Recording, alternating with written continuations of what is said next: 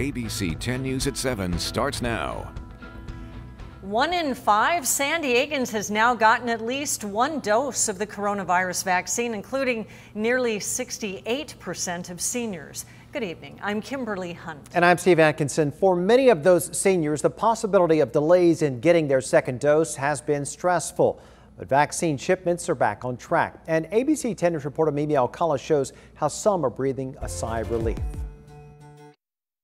You know, life is short at this point, so we'd like to get out.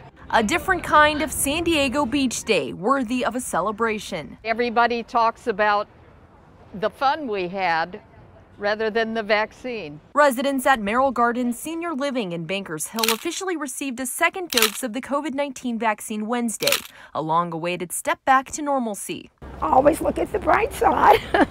For Virginia Tamburo, who's in her 90s, this means possibly seeing her family soon. Get together with my children and have a nice dinner. Barbara Workman is ready to get out a little more. We've been surviving, but it's been almost a year, so we're ready to get a little bit of freedom. ABC 10 News has heard from viewers across the county who were concerned they wouldn't get their second dose in time, spending hours in front of their computers trying to figure it all out. Bruce Walski was one of them. Go to the vaccine superstation SD.com. You go there and it start over. It's the same form as before. But Wednesday, he's breathing a sigh of relief. That just puts my mind at ease. He got his second dose on time Tuesday at Sharp South Bay Vaccination Superstation in Chula Vista. Every person in there, I just can't say it again how nice they were. After getting fully vaccinated, the CDC still recommends for people to continue wearing masks, avoiding crowds and poorly ventilated spaces. For Bruce, that's fine. He doesn't plan on changing things up much, just grateful to be protected.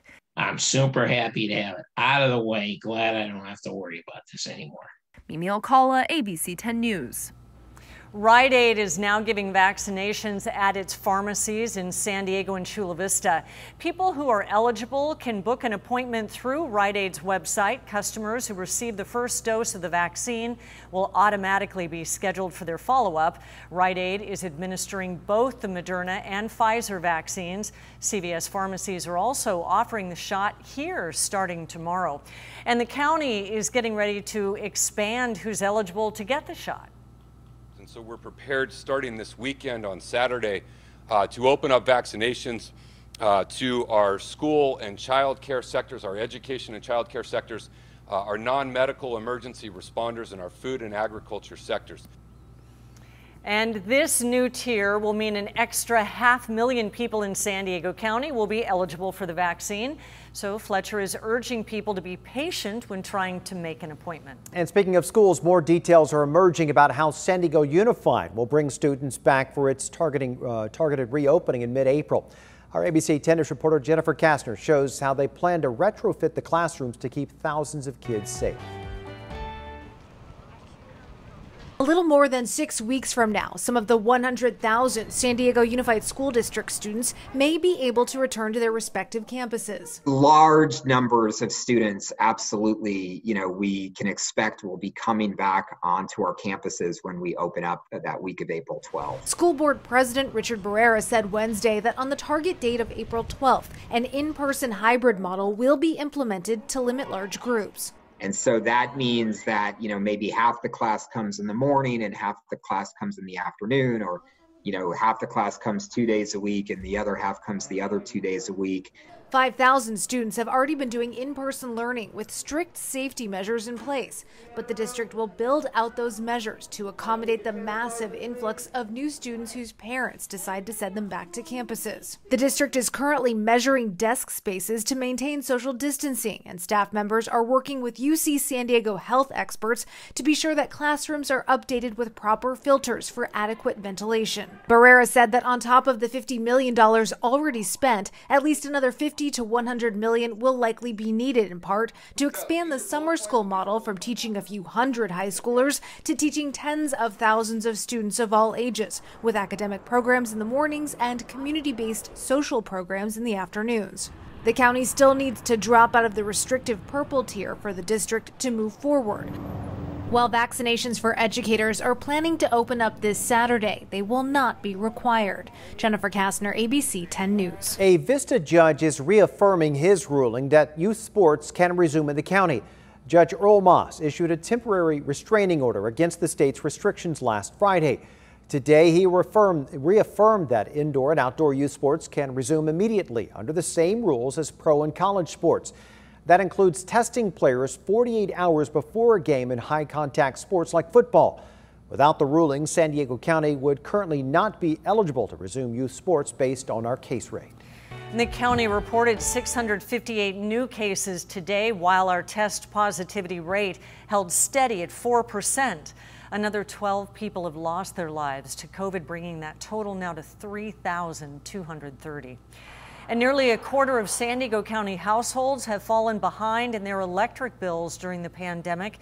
ABC 10 News reporter John Horn explains the new efforts to help them eventually get back above water. So here we're in this crisis. I've lost a part-time job. I'm on a fixed income. Barbara Pinto is one of many San Diegans whose bills are piling up in these unprecedented times. In fact, she owes SDG&E about $3,000. She's got plenty of company. The state says more than 300,000 San Diego County households are late on their SDG&E bills. They make up 22% of SDG&E's residential customers and collectively owe more than $145 million. If you have a family, if you have children, you're going to prioritize the needs of your household before your bills. And, your children eating, people before profit. I mean, that's the way a lot of people are looking at this. The state has placed a moratorium on electricity disconnects amid the pandemic, and SDG&E says the loss of revenue won't affect current services. Still, those bills will eventually come due, with low-income earners making up the bulk of those behind. Coming out of this moratorium, we cannot expect to have a healthy economy if, as people are trying to recover, one of their biggest expense areas is debt. SDG&E lists several payment options on its website, including a program that will forgive the debt after 12 on-time payments of current bills for qualifying individuals. The county also now has $100 million in assistance available for households making up to 80% of area median income. John Horn, ABC 10 News. The county and SDG&E have full details of their programs and who qualifies on their websites, and we have links to their pages on our website, 10news.com. You can stay on top of any new developments with coronavirus by downloading the 10 News app. A free version is available in the App Store. We are learning new details about the death of a hiker last month at Mission Trails. Max Lanai slipped and fell while trying to cross the river during a storm. His family told us today the medical examiner determined the official cause of death was drowning. His parents believe that shows how dangerous that crossing is because they say Max was a strong swimmer. The Lanai family is campaigning to get a bridge built in that spot to make it safer. And in Chula Vista, investigators are looking into why a car hit and killed a man in a wheelchair today. The Hyundai SUV hit the man this morning on Oxford Street and 4th. The driver stayed at the scene. The unidentified man who was hit died at the hospital. The street was closed for more than 3 hours. Tonight, the Oceanside City Council could decide the fate of the Brook Street pool. As we first told you last week, the city is considering shutting it down and redirecting the money toward a new aquatic center in a more affluent area. And today, critics of the plan protested. They say the pool plays a vital role in an underserved area. To take that pool out of that community would be a tremendous loss. A lot of kids go there in the summertime to learn how to swim. You got the ocean, the literal ocean is 4 blocks from here. So they transition from, learning how to swim to not being afraid of being in the ocean, which is a resource that we all benefit from. We'll let you know if the council makes any decision tonight on ABC 10 News at 11. Fry's Electronics is permanently closing its doors nationwide, including stores in San Diego County. A goodbye message on Fry's website says the owners made the difficult decision to shut down permanently because of changes in the retail industry and the challenges posed by the pandemic. Customers with electronics being repaired in those stores are asked to pick them up.